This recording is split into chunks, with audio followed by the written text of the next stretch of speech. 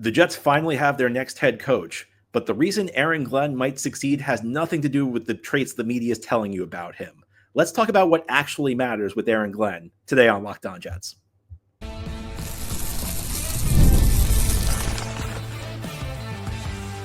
You are Locked On Jets, your daily New York Jets podcast.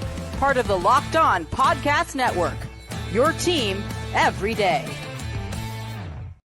Welcome. This is the Locked On Jets podcast, part of the Locked On Podcast Network, your team every day. I'm your host, John B. from GangGreenNation.com, here with you on this special edition of the show because the Jets have a new head coach. This episode is brought to you by FanDuel. From the first whistle to the final drive, FanDuel makes the NFL playoffs even more exciting. And right now, new customers can bet $5 and get $300 in bonus bets if you win your first bet.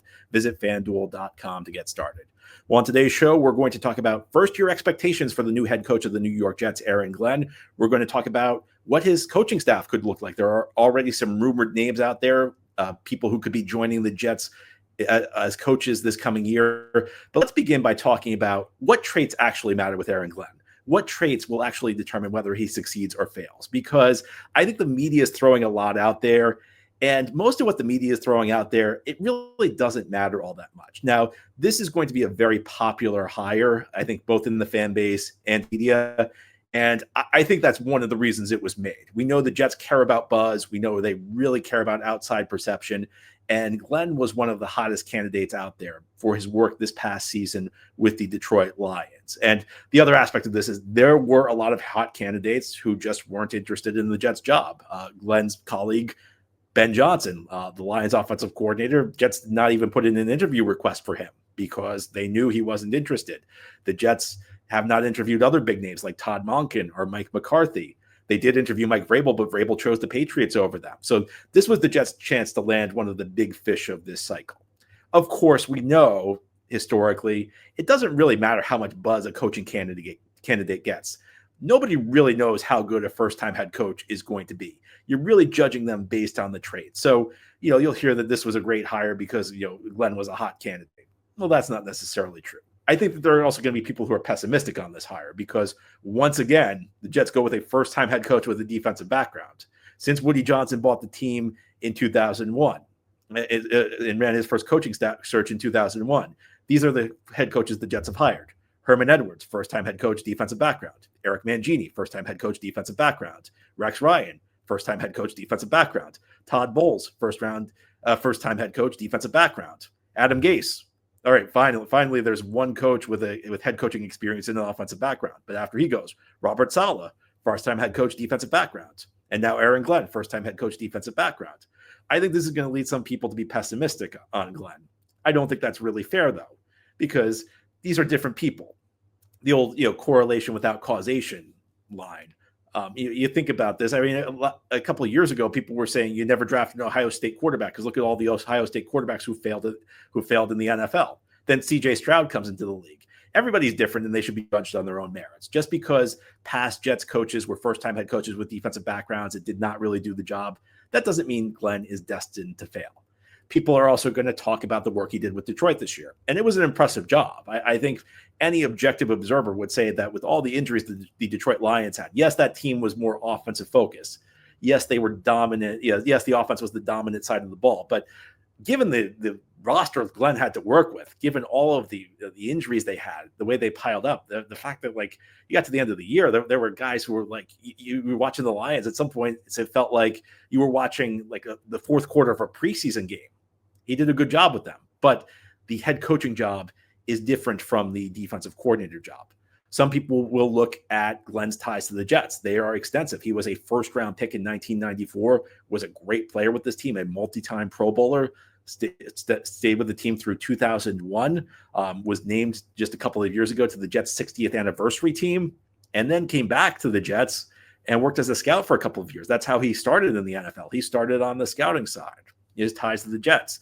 How much does that matter? I think they matter a little bit. I think Glenn's ties to the Jets matter from the standpoint that he understands the way this organization works because he was here as a player at the start of the Woody Johnson tenure. And then he worked for the Jets as a scout for 2 years. So he gets the inner workings of this team. It's not that Glenn's going to be great because, he's got ties to the Jets. Not because it has nothing to do with him being a great player, because we've seen through the years that Playing ability has very little correlation to coaching ability. The fact Glenn understands the way this organization works, though, the fact he's been here, he can see the way it's managed. He maybe sees some of the flaws and how to work around the management. I think that that's a real positive. I think that's where it matters. And you talk about, Glenn's work as Detroit's defensive coordinator this year. I don't care, what his defensive rankings were. I don't, running a defense is different from running a football team.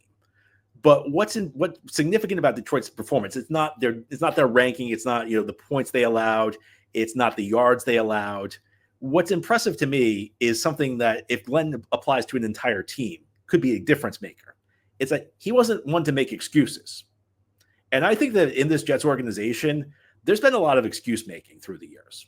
I think, if you look at what happened under Robert Saleh, you look at what happened with the Jets in 2023 when Aaron Rodgers went down. You can't tell me that team wasn't making excuses. I mean, there were articles came out that Saleh was bemoaning the fact he didn't have a quarterback. He said, "How can I win with this backup quarterback, Zach Wilson? How can I win with Aaron Rodgers in there?" It's tougher. You can't make excuses, though.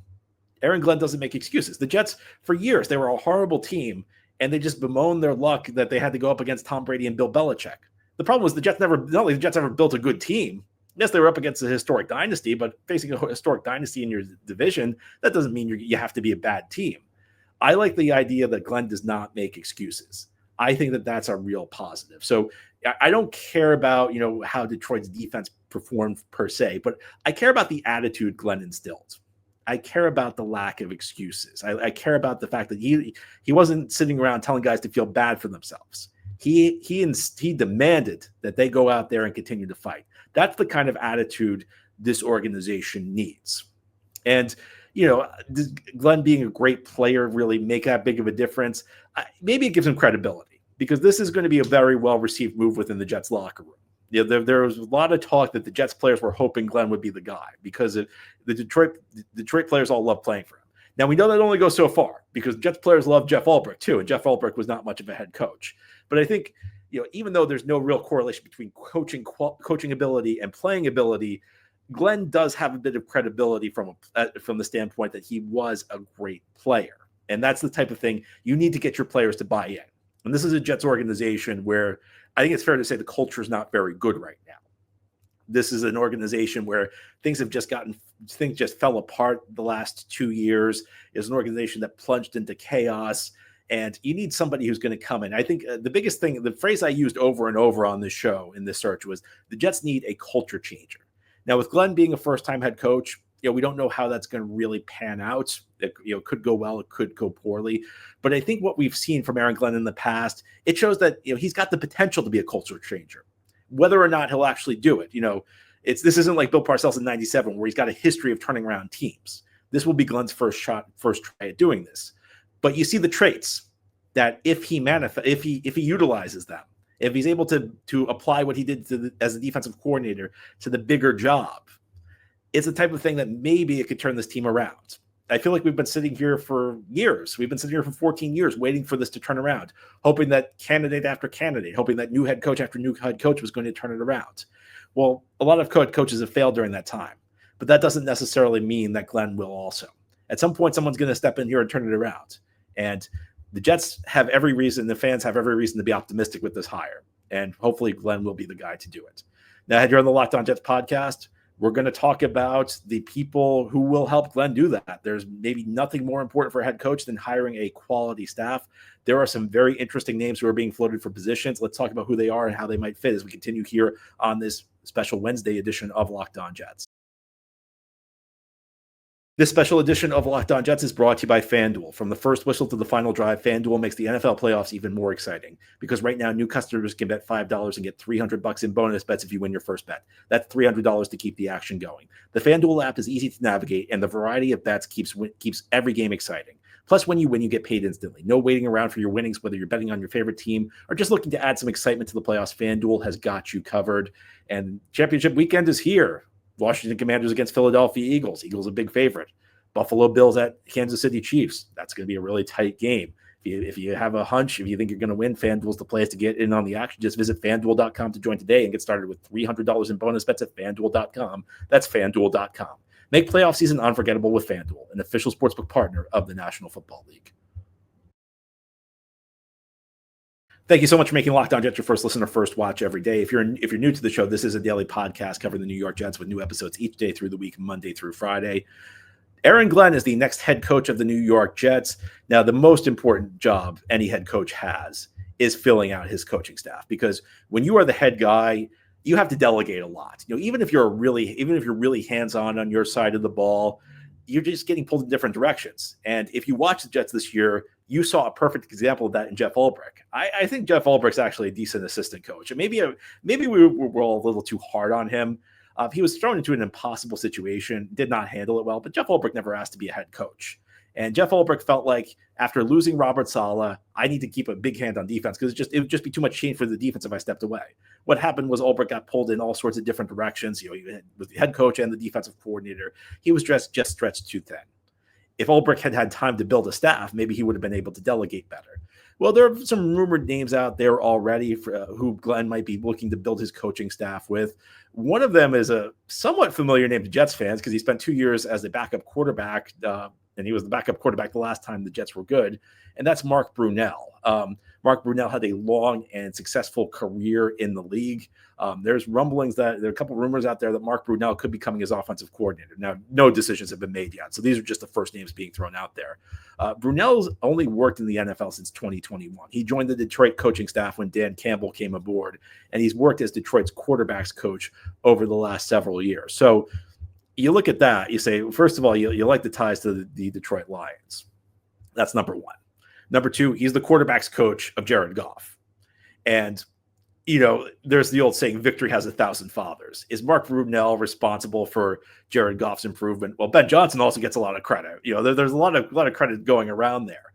But he is the position coach for a guy who's really improved the last couple of years. So that's a positive. Another aspect of this, I've said this a lot on the show. It's something I really believe. I like the idea of a quarterback who played for a long time in a play calling role. And that's because when you're the quarterback, you're deciding a lot what's happening at the line of scrimmage. You have to stay a step ahead of the defense. You have to understand what their mindset is. You have to understand what their tendencies are, what they're looking to do. And as the quarterback, you change plays a lot at the line of scrimmage. And a guy like Brunell, who played for 5 teams in the league, he played for Green Bay, his glory days with Jacksonville. He spent a couple years with Washington under Joe Gibbs. Was the backup quarterback for the Saints when they won the Super Bowl in 2009. And then it was Mark Sanchez's backup, you may remember, in 2010 and 2011.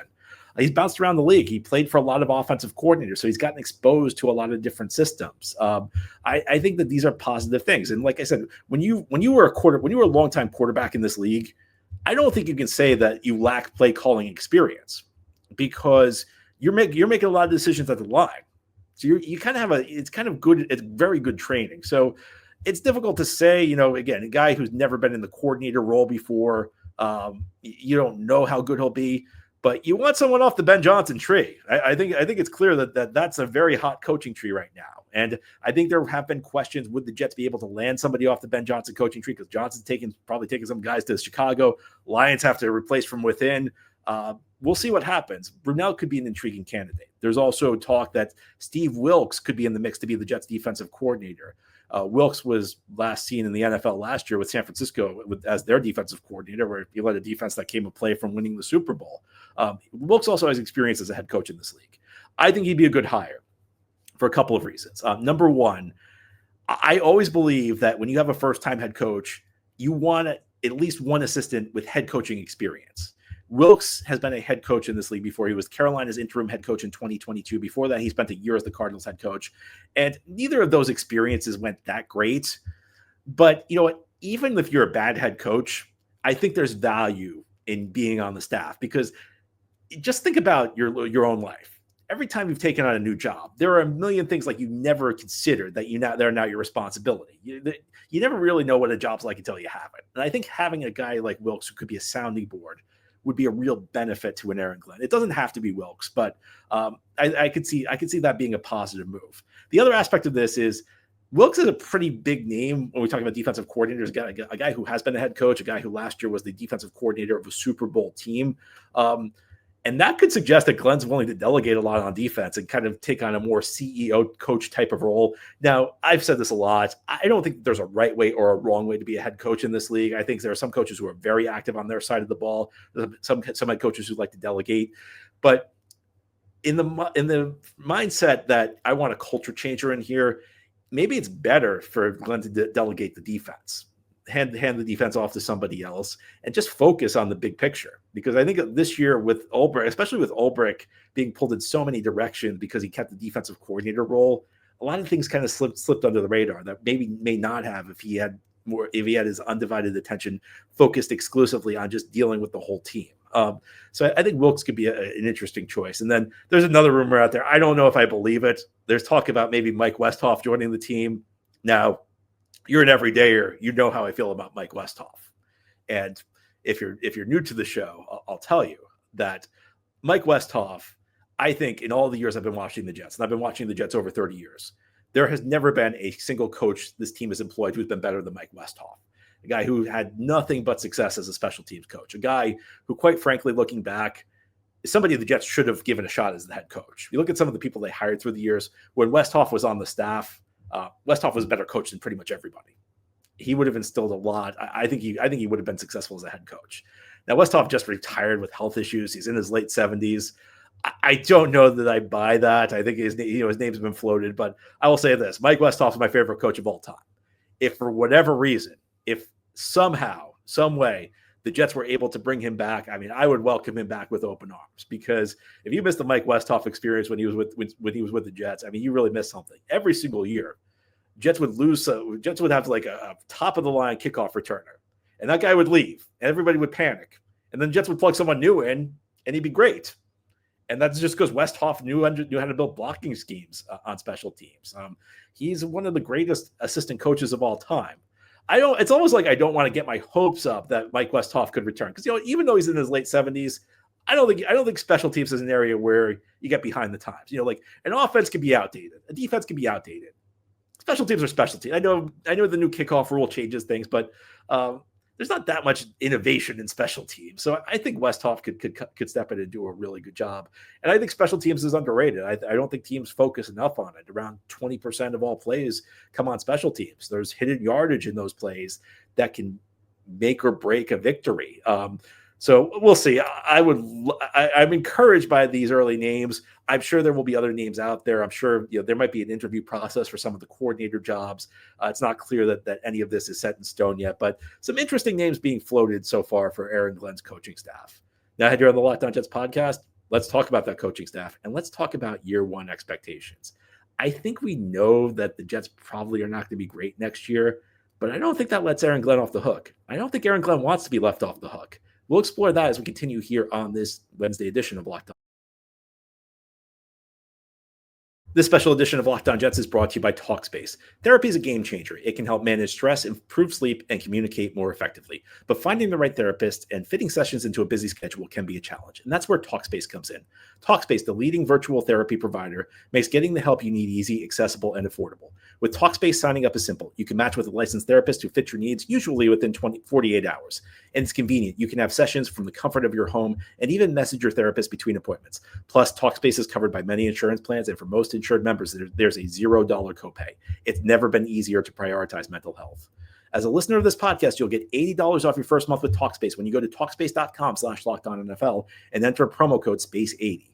To match with a licensed therapist today, go to Talkspace.com/LockedOnNFL and enter promo code SPACE80. It's one word, SPACE, number 8, number 0, to get $80 off your first month and show your support for the show. That's Talkspace.com/LockedOnNFL, promo code SPACE80. This is the Locked On Jets podcast here on this Wednesday. It's a bonus episode because the New York Jets have hired Aaron Glenn as their next head coach. I think Aaron Glenn's going to want to hit the ground running. Now, 2025 is shaping up to be a difficult year for the New York Jets. And if we're being honest, that's been 2 years in the making. Because when the Jets traded for Aaron Rodgers in 2023, and look, I heard this from all sorts of fans. I don't care how bad I don't care what the Jets look like in 2025. Well, now 2025 is here. And the Jets have a salary cap situation, which is not very good. They have a quarterback situation, which is anything but clear. The only thing that's clear is that Aaron Rodgers is probably not coming back. It seems like the relationship between Rodgers and Woody Johnson has completely deteriorated, and you wouldn't want Rodgers back anyway. So all of this is setting up that Jets are probably going to have a difficult year in 2025. Here's the thing, though. It's one thing for me to say that. It's one thing for you to say that. It's not okay for the team to think that. And I think one of the problems the Jets have had in recent years is they've been too willing to just accept excuses. They've been too willing to accept reasons why they can't be good. And that's one of the encouraging things about Aaron Glenn. I don't think you're going to see the Salah type excuse making that you saw here. I think he's going to want to hit the ground running. And the aspect of this that I focus on is if you hire a good head coach, the idea should be that you exceed expectations. The idea should not be that you play down to your opponent. Now, if the Jets are bad next year, who's really going to blame them? Nobody. But the Jets can't keep that mindset because sometimes there are surprising years that come out of the blue. Sometimes you're expecting a team to be lousy and things just happen. I don't think Eric Mangini was a particularly great coach with the Jets. In fact, I think it's very odd the level of nostalgia people have for the Eric Mangini era because he mostly failed. But the one exception to that was year one, where the Jets were expected, and I'm not exaggerating when I say the Jets were expected to have the number one overall pick based on their performance that year. That team was so bad that they were expected to be the worst team in the league. They ended up going 10-6 and making the playoffs. And that was like the 1 year Eric Mangini did a good coaching job.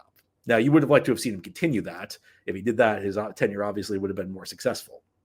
But you see it all the time in the NFL. Who had Washington playing in the NFC Championship game this weekend at the start of the year? Good coaching can make a big difference. Now, I think the Jets' issues last year went beyond coaching, but make no mistake about it. Coaching was a problem.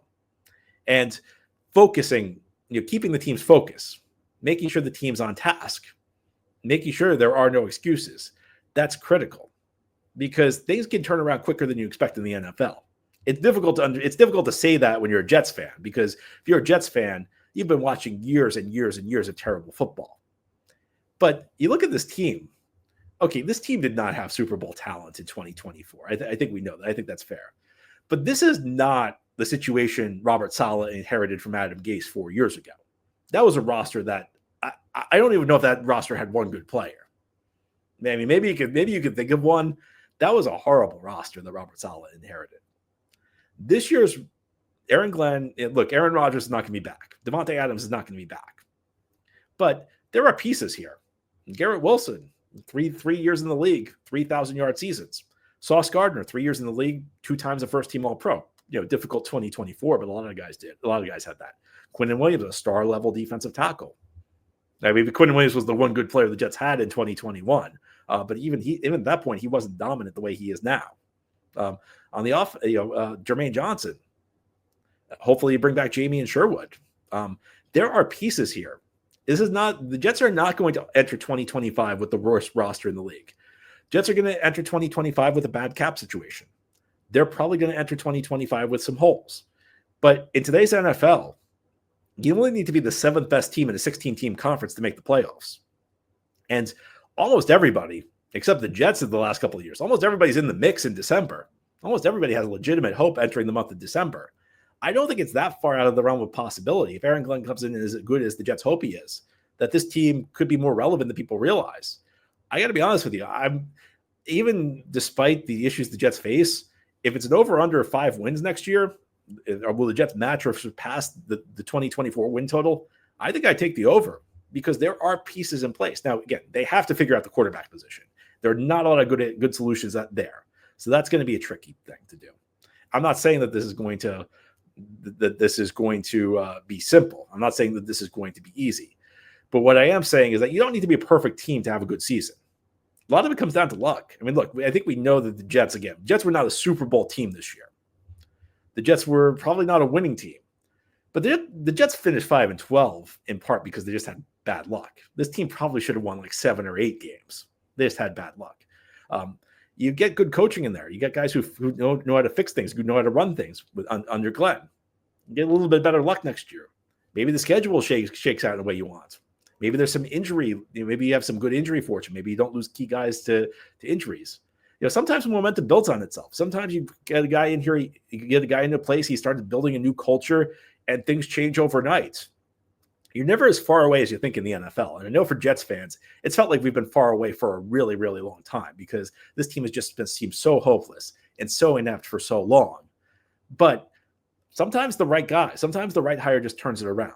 And we can hope Aaron Glenn's the right hire. Again, we can't say for sure. Like anybody who's telling you they know definitively whether Aaron Glenn's going to have success or failure, they're just not being truthful because nobody really does, especially not with a first-time head coach. You're making projections.